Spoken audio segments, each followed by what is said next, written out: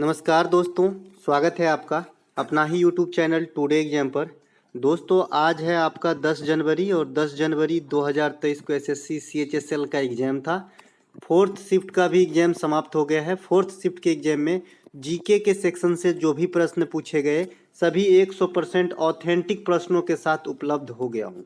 दोस्तों जैसा कि आप जानते हैं मैं आपको सभी एक्स्ट्रा फैक्ट के साथ पढ़ाता हूँ, वो भी टू द पॉइंट, जो आपके एग्जाम में आने वाला है, न कि मैं आपका पूरा किताब ही छाप के पढ़ाऊँगा, क्योंकि इतना टाइम तो आपके पास है ही नहीं और मेरे पास भी नहीं है। ठीक है, तो मैं वही पॉइंट बताऊँगा जो आपके एग्जाम में आता है। तो चलिए दोस्तों शुरू कर लेते हैं सभी प्रश्नों को। एक प्रश्न पूछा गया था, दिल्ली स्थित लौह स्तंभ का निर्माण किसने करवाया था? देखिए लौह स्तंभ का निर्माण जो है ये चंद्रगुप्त द्वितीय ने करवाया था, जिसे आप विक्रमादित्य भी कहते हैं। ठीक है, चंद्रगुप्त द्वितीय को विक्रमादित्य कहा जाता है। ये क्वेश्चन एमटीएस में पूछा गया है। चंद्रगुप्त द्वितीय का कार्यकाल 375 ईस्वी से लेकर 415 ईस्वी तक था। ठीक है, ये बात ध्यान रखेंगे।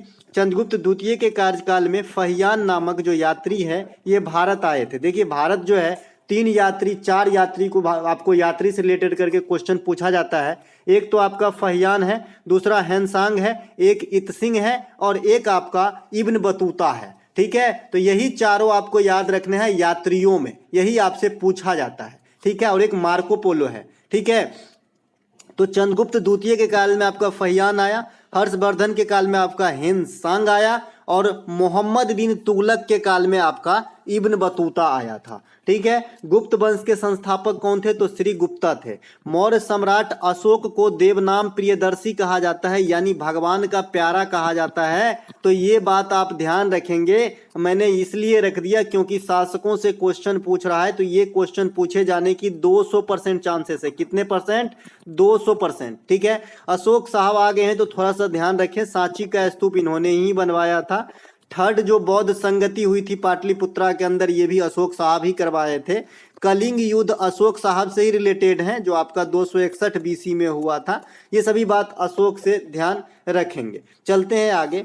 इसके अलावा विजय हजारे ट्रॉफी जो है किस फॉर्मेट की क्रिकेट है? मतलब वनडे है, T20 है, टेस्ट है, इस प्रकार से आपसे पूछा गया था। तो विजय हजारे जो है ये घरेलू वनडे सीरीज है, 50-50 ओवर वाला। 50-50 पहले एक बिस्किट भी आता था, बड़ा अच्छा लगता था। ठीक है, तो 50-50 ओवर वाला जो है ये आपका क्रिकेट है। विजय हजारे ट्रॉफी 2021 के विजेता हिमाचल प्रदेश है। रणजी ट्रॉफी जो लेटेस्ट वाला है इसके विजेता आपका मध्य प्रदेश है ना। इसके अलावा CK Naidu trophy, Vijay Hazare trophy, Sunil Gavaskar trophy, champion trophy, Ashes श्रृंखला, एशियाई कप, ये सभी जो है आपके क्रिकेट से संबंधित है। ठीक है, ध्यान रखेंगे। इसके अलावा क्रिकेट में सबसे कम 126 बॉल पे दोहरा शतक बनाने का रिकॉर्ड ईशान किशन ने बनाया है और ये आपका 138 बॉल क्रिस गेल का रिकॉर्ड तोड़ा है। ठीक है, तो ये बात ध्यान रखेंगे। इसके अलावा भारतीय जिन्होंने दोहरा शतक लगाए हैं ये आपका रोहित शर्मा है, ये तो सबसे ज्यादा है भाई, 264 रन बनाए हैं, कोई शायद बना पाए। सचिन तेंदुलकर है, वीरेंद्र सहवाग, ईशान किशन और नया लड़का जो अभी आया है शुभमन गिल, ये भी आपका दोहरा शतक बना चुके हैं। इसके अलावा एक प्रश्न आपसे पूछा गया, अच्छा यहाँ से क्रिकेट से क्वेश्चन आ रहा है तो आईपीएल को कल जरूर याद किया जाएगा। आने वाला जो आईपीएल है ये 16वीं संस्करण होगी और सबसे महंगा खिलाड़ी अभी आपको वर्तमान में सिर्फ याद रखना है सैम करन है। ठीक है, तो ये ध्यान रखना है जो नेक्स्ट अभी इसी साल जो आईपीएल होगी। पिछला आईपीएल का तो सब जानते ही हैं, है ना, पिछला 15वीं आईपीएल था, है ना, स्पॉन्सरशिप टाटा के पास था। इसके अलावा जो है विजेता गुजरात रहे थे, उप विजेता राजस्थान रहे थे, ऑरेंज कैप बटलर को दिया गया था, पर्पल कैप चहल को दिया गया था, है ना। 10 टीम ने भाग लिया था, लखनऊ सुपर जायंट और गुजरात जो है मतलब न्यू टीम थे। तो सभी बात को आपको ध्यान रखना है। इसके अलावा फाइनल मैच जो है आपका नरेंद्र मोदी स्टेडियम में हुआ था, मोटेरा में। इसके अलावा एक प्रश्न पूछा गया, पिट्स इंडिया एक्ट कब पारित किया गया था? देखिए एक्ट आपको जरूर देख के जाना है एग्जाम देने, सब दिन पूछा जा रहा है एक्ट से क्वेश्चन। अभी आर्म्स एक्ट पूछा गया, पिट्स इंडिया एक्ट पूछा गया, है ना। तो ये जो 1784 में आया था, 1784 में इसलिए आया था कि ये रेगुलेटिंग एक्ट जो देखिए रेगुलेटिंग एक्ट का ये आप खाली 1773 इन में ही मार दीजिएगा, कारण होता है हर रेगुलेटिंग एक्ट के पीछे बहुत सारे रेगुलेटिंग एक्ट चलाया गया 1857 के पहले, ठीक है। 1857 के पहले बहुत सारे रेगुलेटिंग एक्ट चलाया गया। आप जानते हैं कि 1857 के विद्रोह के बाद सत्ता जो है आपका ईस्ट इंडिया कंपनी से हटके ब्रिटिश सरकार के पास चला गया, यानी ब्रिटेन के महारानी के पास, ठीक है। तो उसके बाद रेगुलेटिंग एक्ट हटा के और जब अधिनियम पारित होने लगे, ठीक है, कानून बनने लगे, तो रेगुलेटिंग एक्ट भी कई है लेकिन एक 1773 के हैं। तो इसी को जो है इसमें कुछ फॉर्मेशन यानी अमेंडमेंट करने के लिए 1784 में पिट्स इंडिया एक्ट को लाया गया था, है ना। माफ कीजिएगा, थोड़ा सा गला प्रॉब्लम है। इसके अलावा रॉलेट एक्ट जो है ये 1919 में आया था, इसे काला कानून कहा गया था, बिना अपील बिना दलील का कानून। इसी का उपज है आपका जालियांवाला हत्याकांड। जालियांवाला हत्याकांड जो है आपका 13 अप्रैल 1919 को हुई थी, है ना। और इसमें जो है इतिहास में काला दिन है हम भारतीयों के लिए, है ना। और जनरल और डायर ये जो है कल्प्रिट थे इस हत्याकांड के, जो इसे बाद में उधम सिंह ने गोली से जो है टपकाया था। इसके अलावा मॉर्ले मिंटो सुधार ये 1909 में आया था। सबसे पहले सांप्रदायिक चुनाव जो है इनका जो है सिलसिला इंडिया में मॉर्ले मिंटो सुधार से ही चालू हुआ था, है ना। मॉर्ले मिंटो, देखिए मॉर्ले उस समय का जो है सचिव हुआ करता था और मिंटो जो है गवर्नर हुआ करता था। इसके अलावा मोंटेग्यू चेम्सफोर्ड योजना, मोंटेग्यू चेम्सफोर्ड है, मोंटेग्यू सचिव है और चेम्सफोर्ड गवर्नर है। ये योजना 1919 में आया था, ठीक है। इसके अलावा बंगाल विभाजन 1905 में हुआ था करजन बाबा के समय, ठीक है। इसके अलावा बंगाल विभाजन को निरस्त किया गया था 1911 में लॉर्ड हार्डिंग के समय, ठीक है। सभी अंग्रेज गलत काम नहीं किए, कुछ अच्छे काम भी किए थे जी। जैसे आप विलियम बेंटिक को ले लो, तो इन्होंने सती प्रथा को बंद करवाया, कितना अच्छे इंसान थे ये, है ना। तो सभी बुरे नहीं थे लेकिन ज्यादातर बुरे थे।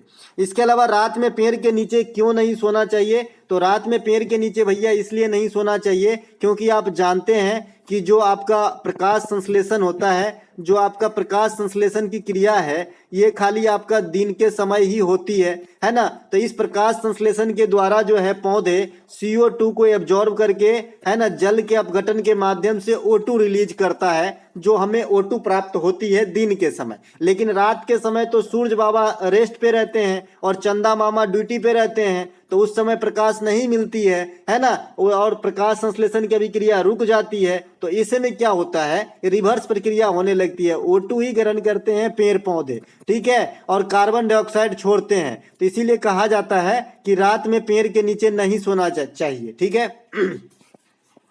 इसके अलावा प्रकाश संश्लेषण का जो मैंने अभी समझा यही चीज यहाँ पे लिखा है दोस्तों, और कुछ नहीं है। प्रकाश संश्लेषण पौधे के लिए भोजन बनाने की प्रक्रिया है जिसमें उन्हें पोषक तत्व मिलता है और हमें ऑक्सीजन मिलता है, ठीक है। सृष्टि में ये चक्र चलता रहता है, अगर सारे पेड़ पौधे हट जाए तो हमें ऑक्सीजन नहीं मिलेगी। इसके अलावा प्रकाश संश्लेषण जो है तो एक सूरज की प्रकाश, क्लोरोफिल, लवण इत्यादि जो है जरूरी है। क्लोरोफिल में पूछा जाता है कि कौन सा धातु पाया जाता है, तो मैग्नीशियम पाया जाता है। इसी का बड़ा भाई है हीमोग्लोबिन, जो आदमी में पाया जाता है। तो हीमोग्लोबिन में भी बोलते हैं कि कौन सा धातु पाया जाता है, तो इसमें फेरस पाया जाता है, लोहा पाया जाता है, और क्लोरोफिल में मैग्नीशियम पाया जाता है, ठीक है। इसके अलावा पत्तों में जो सूक्ष्म छिद्र आप देखते हैं, इस प्रकार का कोई पत्ता आप ले लीजिए और इसमें जो आप ये छोटे छोटे जैसे सिराओं में सूक्ष्म छिद्र देखते हैं ना, तो इसे कहा जाता है दोस्तों एस्टोमेटा। एस्टोमेटा से ही पेड़ पौधे जो है सांस लेते हैं, तो ये बात भी ध्यान रखेंगे। हिंदी में इसे रंध्र कहते हैं, रंध्र, ठीक है। तो रंध्र या एस्टोमेटा कहा जाता है। एक क्वेश्चन SSC ने करा था कि पौधे श्वसन करते हैं हरित भाग से, तना से,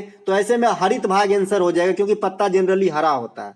पौधे में जल का जो रसारोहण होता है ये जाइलम नामक उत्तक से होता है, ठीक है। और जो खाद्य पदार्थ जाते हैं ये फ्लोएम नामक उत्तक से जाते हैं। ये दोनों ही उत्तक हैं, ठीक है। आप लोग मुझे बताएंगे किस प्रकार के पौधों में उत्तक का अभाव होता है, ठीक है। इसके अलावा ब्यूरो ऑफ इंडियन स्टैंडर्ड किस मंत्रालय के अधीन कार्यरत है, तो उपभोक्ता मामले एवं सार्वजनिक मंत्रालय के अंतर्गत जो है ब्यूरो ऑफ स्टैंडर्ड कार्यरत है। इसके अलावा छुआछूत का अंत किस आर्टिकल में है, छुआछूत कहिए या फिर इसे अस्पृश्यता का अंत कहा जाता है स्टैंडर्ड हिंदी में, तो ये आपका अनुच्छेद 17 में है, बताया गया सारा क्वेश्चन है। अनुच्छेद 18 जो है उपाधियों का अंत है। यूं कहे तो 14 से लेकर 18 तक जो है आपका इक्वलिटी का अधिकार देता है, समानता का अधिकार देता है। स्टैच्यू ऑफ इक्वलिटी कहाँ है भैया, बताइए। इक्वलिटी शब्द आ गई है, बताइए, हर शब्द पे क्वेश्चन है। स्टैच्यू ऑफ इक्वलिटी है आपका हैदराबाद में, ठीक है। यूनिटी है आपका अहमदाबाद में, केवड़िया यानी एकता नगर में।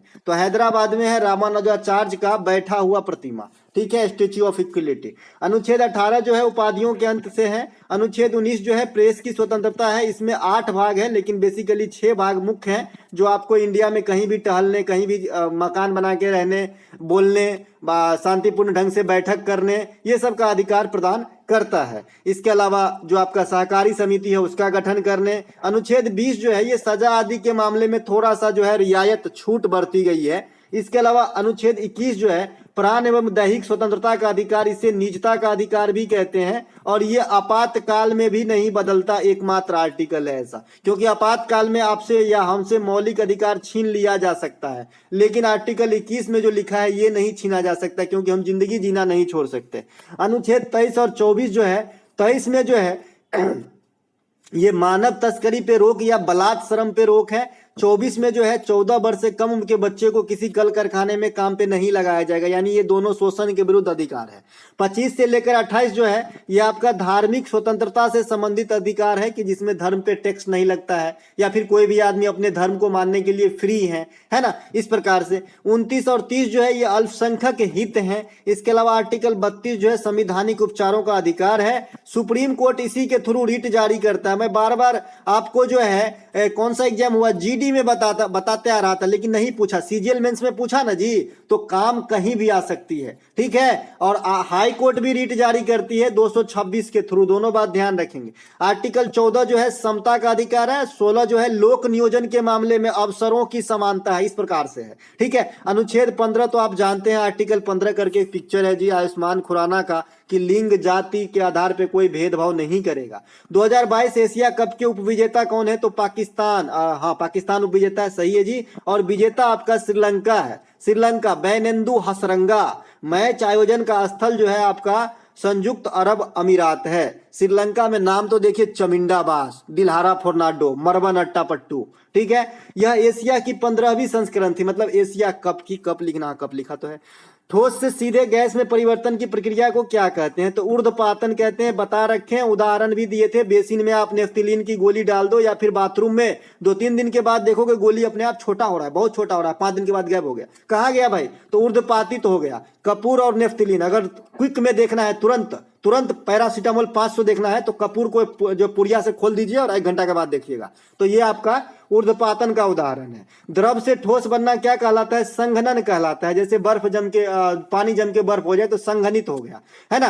ठोस में उष्मा का प्रवाह किस विधि से होता है? वीवीआई क्वेश्चन साइंस स्ट्रीम से। तो ये आपका चालन विधि से।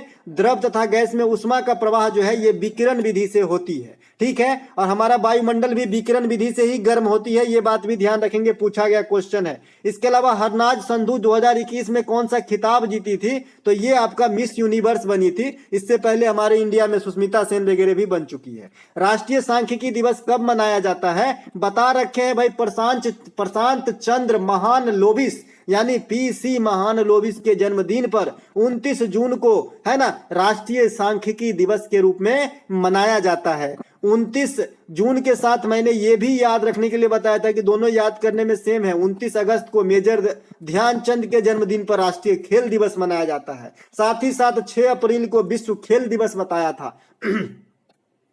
इसके अलावा एक प्रश्न आपसे पूछा गया था, नहीं दोस्तों इतना ही था। और एक अंग्रेजी का फ्रेज लड़के ने बताया था, याद नहीं रहा। हिट द सैक, टेलीग्राम पे कोई गुप्ता जी हैं, इन्होंने भेजे हैं, हिट द सैक।